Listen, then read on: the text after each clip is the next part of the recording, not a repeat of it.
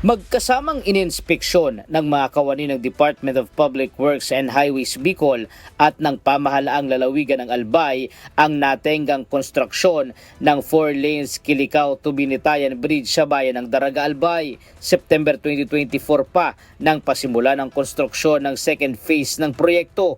Subalit hanggang sa ngayon ay hindi pa rin ito natatapos dahil terminated na umano ang budget sa proyekto.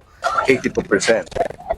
82% completed na. Pero ang problema, yung pera nito nag-expire na. Kasi 2024 pa to. So, kailangan na ibalik yung pera yung natitira. So ngayon, magre-request tayo kay Secretary para matapos ito this year.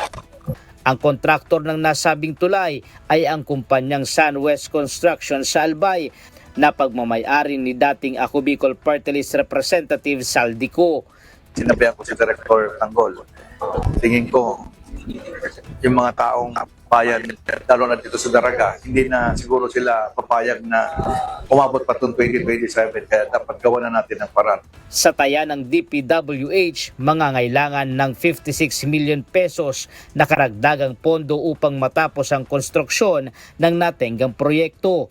Kung matatapos, malaking tulong sana ito sa mga mamamayan ng Daraga dahil maiibsan ang mabigat na traffic sa mga national road sa naturang lugar.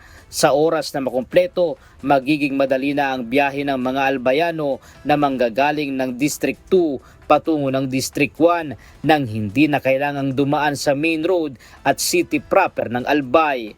Ryan Salatandol, UNTV, News and Rescue. Diyos ang aming sandigan, serbisyo publiko ang aming pinahahalagahan.